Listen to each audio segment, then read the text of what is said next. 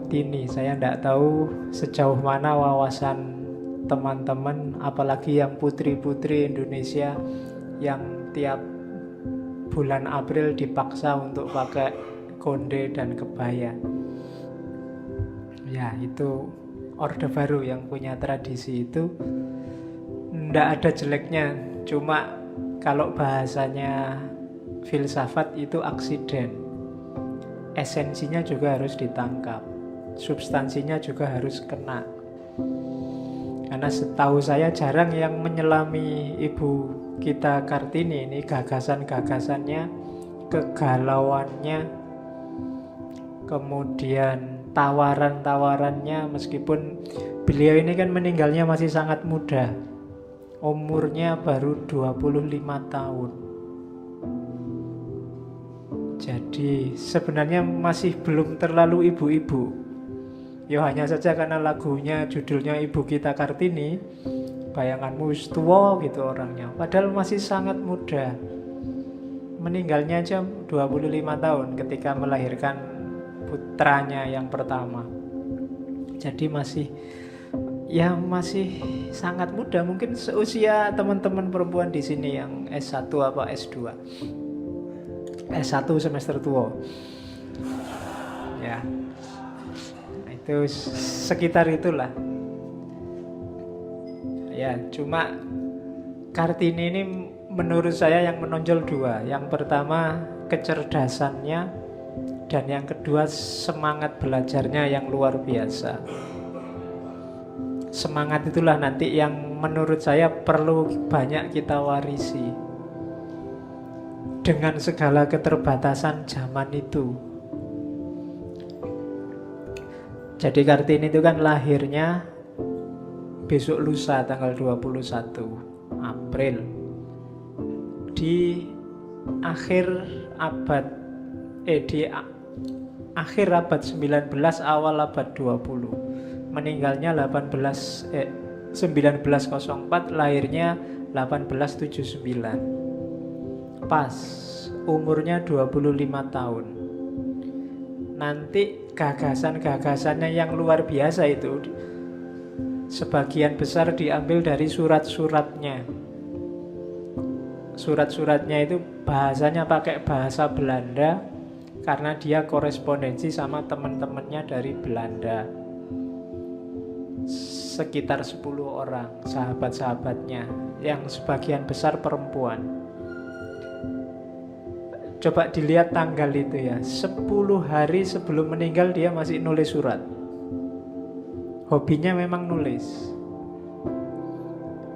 Meskipun dia sekolah hanya sampai umur 12 tahun. Kalau sekarang ya mungkin hanya sampai SD-nya zaman itu. Sekolahnya namanya ELS.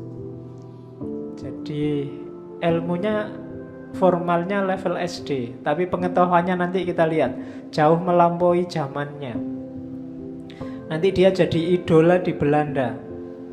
Hari ini kalau ada yang jalan-jalan ke Belanda, ada banyak kota yang nama jalannya nama R.A. Kartini.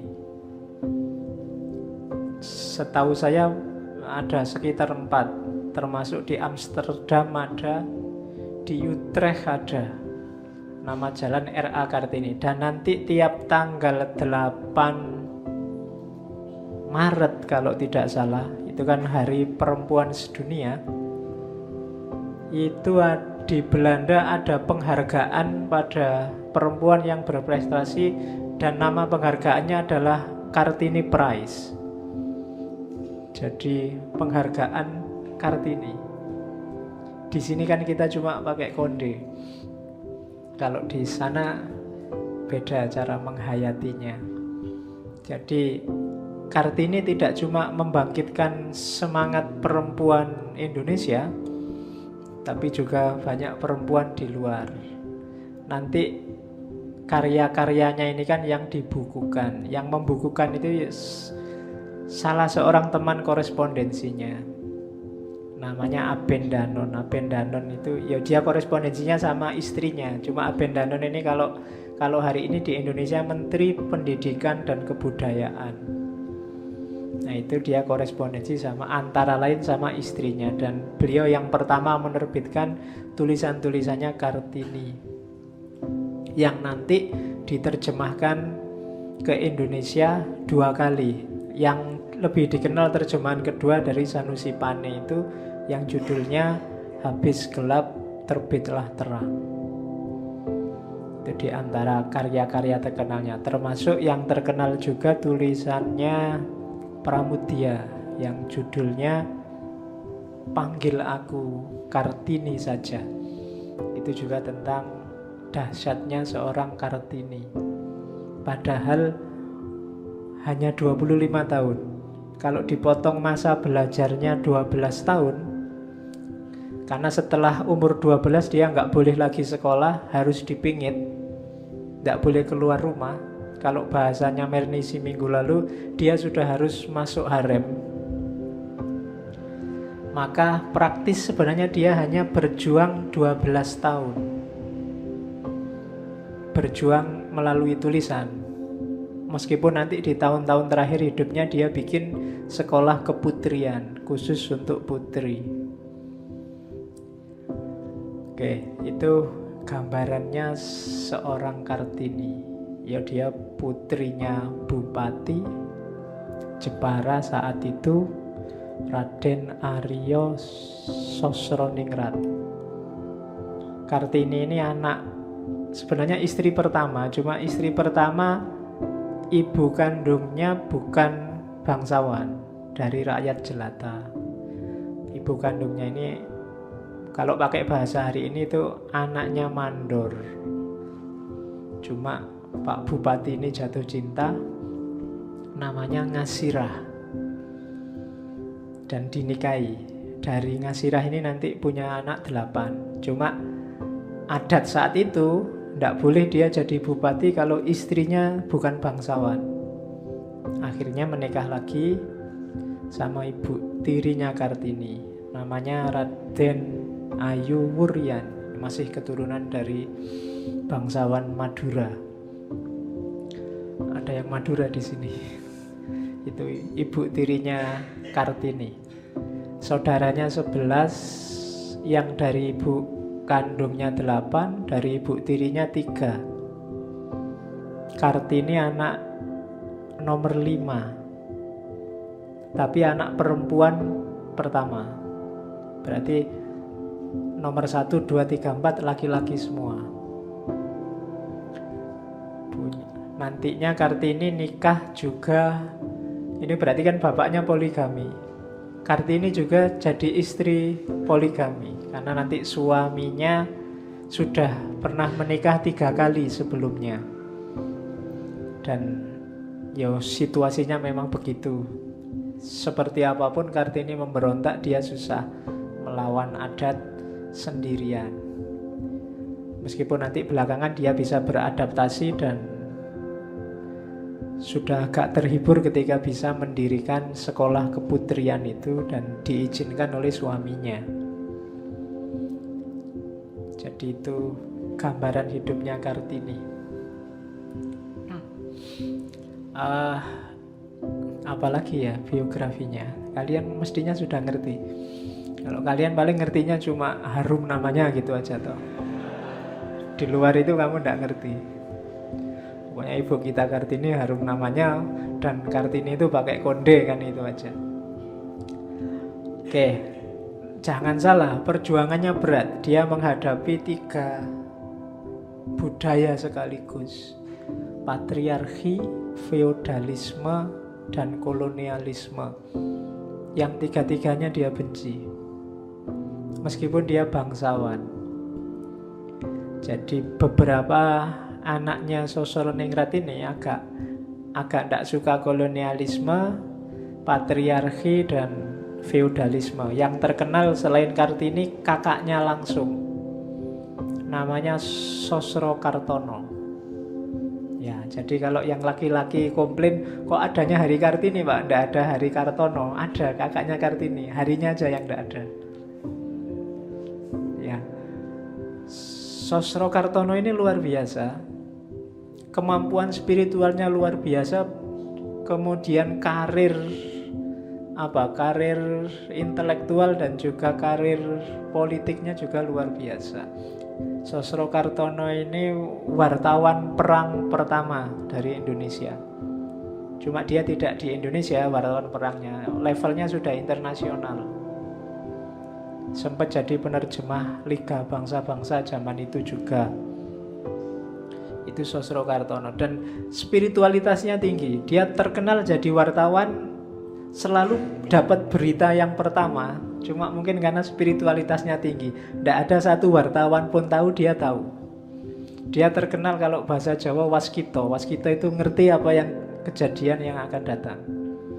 Jadi kalau ada perjanjian rahasia apa gitu, wartawan yang lain nunggu pengumuman. Tapi kalau Sosro Kartono ini dia bisa langsung menerbitkan beritanya. Itu bikin orang heran. Ini berita-berita kelas rahasia kok dia bisa menceritakan, karena memang dia punya, ya kalau bahasa Jawa ini kebatinannya tinggi. Dia orang pertama yang dikenal bisa memfoto, mungkin bukan memfoto, yang gambar Gunung Lawu dari atas sebelum ada Google. Pakai spiritualitasnya ini, itu Sosro Kartono. Nanti belakangan dia pulang ke Indonesia, tinggalnya di Bandung, mendirikan pusat pendidikan termasuk pusat pengobatan. Nanti banyak, termasuk di Pramudia sedikit-sedikit diulas tentang kakaknya Kartini ini. Dia pinter ngobati orang hanya dengan air putih. Kayak zaman sekarang mungkin kamu nganggapnya agak kiai-kiai siapa itu yang pakai air putih. Nanti ada beberapa cerita dia menyembuhkan orang itu hanya dengan nulis. Kalau bahasa Jawa pakai raja, cuma rajanya hanya satu huruf, hurufnya alif. Huruf alif aja satu. Itu nanti direndam di air terus diminumkan. Kan ada cerita, ada anaknya pejabat zaman itu yang dokter semua sudah nyerah, tidak bisa menyembuhkan, tapi Sosro Kartono ini datang, ngambil air putih, dikasih raja itu, diminum, dan anaknya sembuh. Terus Sosro Kartono termasuk salah satu tokoh kebatinan Indonesia. Sekarang ada beberapa senternya. Senter itu pusat kajiannya. Seingat saya Bandung ada, Jogja ada, Jakarta ada. Carilah bukunya yang tertarik. Itu kakak kandungnya. Dan Kartini punya hutang banyak pada kakaknya ini, karena kakaknya ini yang 29 tahun hidup di luar negeri, yang menyuplai tulisan-tulisan, majalah-majalah. Sehingga Kartini meskipun dia tidak sekolah, tapi dia selalu dapat ilmu baru, wawasan terbaru, berita terbaru tentang dunia. Itu yang bikin dia cerdas. Jadi sekolah itu tidak terlalu penting, yang penting rajin baca, itu kamu bisa meletik. Itu versi gayanya Kartini. Jadi dia tekun baca dan mau nulis. Segala unek-uneknya dia tulis. Ya nulisnya kalau zaman dulu pakai surat, karena mungkin lebih enak artikulasinya kalau surat. Surat itu kan kayak orang curhat dan bisa menguras isi pikiran. Itu surat lebih enak. Kalau hari ini kan surat sudah tidak membudaya lagi. Kamu sudah main WA, main Facebook, Twitter, itu kan karakternya terbatas, nggak bisa santai, nggak bisa Assalamualaikum, semoga kesejahteraan atasmu, tidak ada. Kalau Facebook kan kamu langsung ngomong apa di WA, apalagi kan kadang-kadang ngomong aja kamu males, cuma dikasih gambar jempol lah, dikasih gambar orang meringis lah, dikasih gambar gitu. Mau ngomong I love you aja cuma dikasih gambar itulah, jadi kurang romantis. Kalau surat itu kan enak, kamu nulis. Zaman dulu mahasiswa zaman saya nggak ada Twitter, nggak ada HP, ya kalau mau nembak pakai surat, ditulis. Nanti sudah mau selesai, bagian belakangnya keliru, keliru ganti lagi. Jadi satu surat bisa menghabiskan separuh buku surat itu, keliru dibalikin lagi, terus disisipkan di buku, bukunya dipinjamkan. Nah nanti yang pinjam buku, lo ada suratnya, dibaca kan gitu. Ya kalau zaman dulu gitu saya. SMA kan juga, kalau SMA itu bangku biasanya, bangkunya duduknya di mana, suratnya disisipkan di bangkunya. Pagi-pagi sekolah, loh ada surat kan gitu. Ada ceritanya. Kalau sekarang kan enggak, kamu langsung selfie, langsung phone call, langsung itu enggak seru. Kalau dulu ada ceritanya. Oke, zaman Kartini begitu, cuma dia surat-suratannya ya enggak sama yangnya, dia enggak boleh pacaran. Oke.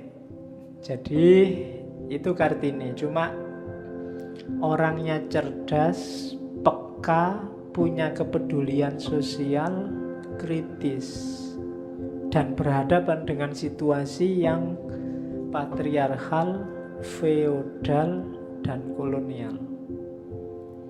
Selesai sudah, akhirnya dia galau dan gelisah luar biasa. Itulah kehidupan Kartini kalau dibaca dari surat-suratnya.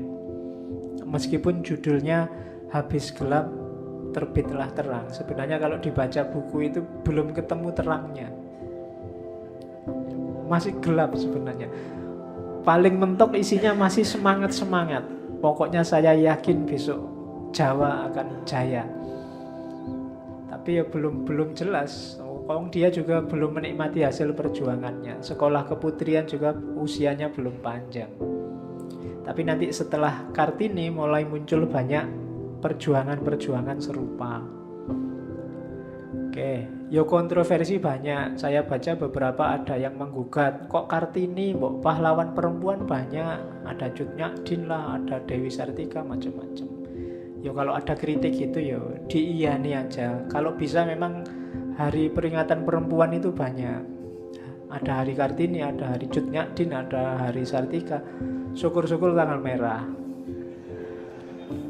biar liburnya panjang. Nggak apa-apa toh. Yuk, Kartini kan nggak merah ya, nggak apa-apa. Jadi tambahi aja banyak, nggak apa-apa wes, semuanya diperingati. Wong semuanya juga berjasa. Paling nggak, meskipun yang formal 21 April hari Kartini, ya mungkin ada hari perempuan yang lain mau kamu monumenkan juga boleh. Mungkin idolamu Cut Nyak, mungkin idolamu siapa, Dewi Sartika, mungkin idolamu Rohana Kudus dan lain-lain, silahkan. Tapi yang paling tua dari segi tahun itu sebenarnya memang Kartini. Dan pengaruhnya sampai luar negeri. Dan di antara yang mengglorifikasi, membesarkan perannya Kartini untuk perjuangan itu Soekarno.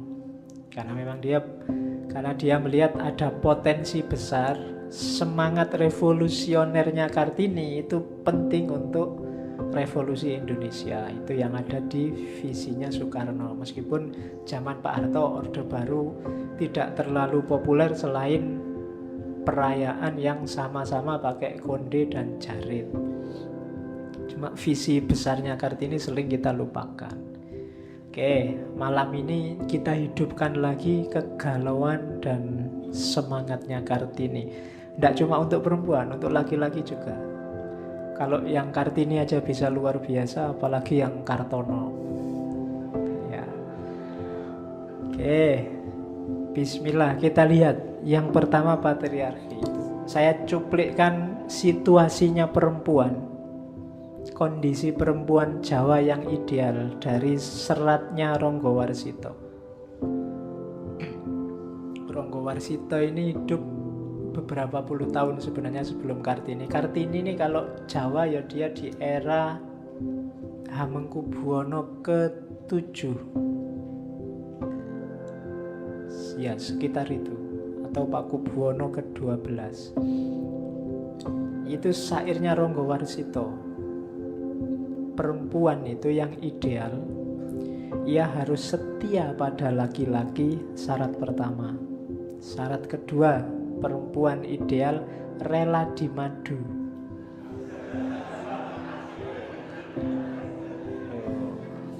Iyalah. Ya enggak apa-apa toh. Laki-laki berhak memadu, cuma perempuan berhak meracun. Oke, terus.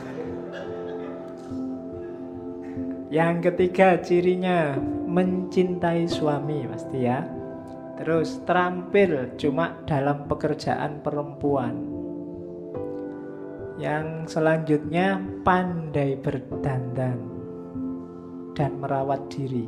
Terus sederhana, pandai melayani kehendak laki-laki, menaruh perhatian pada mertua, dan gemar membaca buku-buku yang berisi nasihat. Nah, orang Jawa zaman dulu, khususnya yang bangsawan, itu punya kriteria itu kalau mau nyari istri. Cuma nanti katanya Kartini lebih ekstrim lagi. Kalau ini bahasa sekarang namanya nyinyir. Apa nyinyir itu kan populer sekarang. Satir. Seorang gadis Jawa itu katanya Kartini adalah sebutir permata, pendiam, tak bergerak-gerak seperti boneka kayu. Bicara hanya bila benar-benar perlu dengan suara berbisik.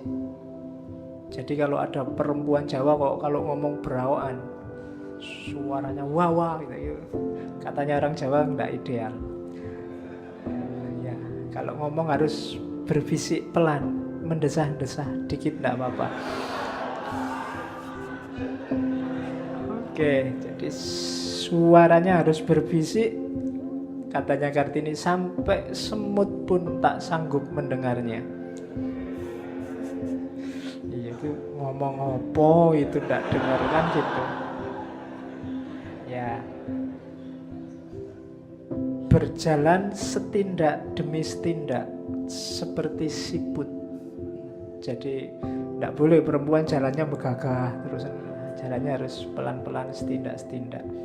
Tertawanya halus tanpa suara, nggak boleh wah, nggak boleh. Tanpa membuka bibir, apalagi wah, buka bibir aja nggak boleh. Oke, kenapa? Karena nggak boleh kelihatan giginya. Sungguh buruk niat kalau giginya tampak seperti luak. Ya, itu nyinyirnya Kartini pada tradisi bagaimana orang melihat perempuan yang ideal. Kategorinya semua kategori fisik. Tidak ada yang kategori pinter kah, cerdas kah. Pokoknya semua dilihat dari fisik. Cara jalan, cara senyum, cara semuanya kategori-kategori fisik.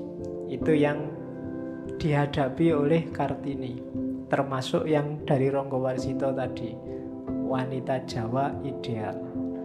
Nah, itu problem. Oke, problem patriarki. Nah, kegelisahan besarnya Kartini itu ya kegelisahan perempuan, khususnya sebelum dia menikah. Nanti setelah dia menikah, mungkin karena dia dipoligami juga, awalnya dia berontak, lama-lama adaptasi, jadi perjuangannya geser, tidak lagi memberontak poligami tapi memberdayakan perempuan. Itu kegelisahannya Kartini. Perempuan Jawa itu yang bikin Kartini galau, ndak punya jalur lain dalam hidupnya selain kawin. Titik. Tidak bisa dibayangkan perempuan jadi apapun selain jadi istri, termasuk perempuan bangsawan. Dan ini agak ironis sebenarnya, karena Jawa kuno itu perempuan tidak sampai segitunya. Hindu kuno misalnya, Jawa sekitar abad ke-6 Masehi, itu kan ada raja perempuan, ratu bukan raja ya kalau perempuan. Ratu Sima itu dari kerajaan Kalingga. Dan sukses besar, terkenal keadilannya, terkenal kesejahteraannya. Bahkan nanti beberapa pelancong Cina juga mengenal kerajaan dengan ratu perempuan ini. Kalau dalam bahasa Cina disebut kerajaan Holing. Ceritanya bahkan begitu adilnya sampai orang berbuat jahat aja nggak berani. Ada cerita, ada raja dari mancanegara yang ingin ngetes apa benar sih kerajaan Kalingga itu adil, orang nggak mau berbuat salah. Jadi satu ketika dia bawa kantong isinya emas. Kantong ini ditaruh di perempatan, kayak perempatannya masjid itu, taruh di tengah-tengah situ. Dia ingin lihat ada yang nyentuh enggak. Ditunggu 1 hari, 2 hari, 3 hari, enggak ada yang nyentuh. Akhirnya dia pulang. Dan emas di kantong itu tetap ada di situ sampai 3 tahun. Ceritanya begitu. Jadi ada emas keleleran 3 tahun. Nggak bayangkan ya di sini kalau di perempatan itu ada. Yang punya masih ada, mungkin sudah hilang emasnya. Itu sampai 3 tahun. Sehingga sampai ceritanya satu ketika ada putra mahkota, anaknya Ratu Sima sendiri, iseng, emas itu disentuh-sentuh, disenggol-senggol pakai kakinya. Ada yang lihat, terus dilaporkan. Sidanglah Ratu Sima dan para pejabatnya. Tidak boleh, ini barangnya orang, tidak boleh ada yang boleh nyentuh. Ternyata yang nyentuh putra mahkota. Dan akhirnya diputuskan karena barang meskipun nggak diambil tapi disentuh, karena nyentuhnya pakai kaki, maka hukumannya adalah potong kaki. Dan itu di sejarah banyak diceritakan. Itu Ratu Sima, perempuan. Jadi ketika ada tradisi semacam itu Kartini prihatinnya luar biasa. Kok sekarang perempuan tidak dipercaya jadi apapun selain jadi istri? Satu-satunya jalan, katanya Kartini, bagi gadis Jawa, terutama bagi kalangan ningrat, adalah perkawinan. Sebenarnya seandainya begitu toh tidak masalah juga. Cuma tapi apa yang terjadi dengan perkawinan yang mula-mula oleh Tuhan ditentukan sebagai tujuan tertinggi bagi wanita?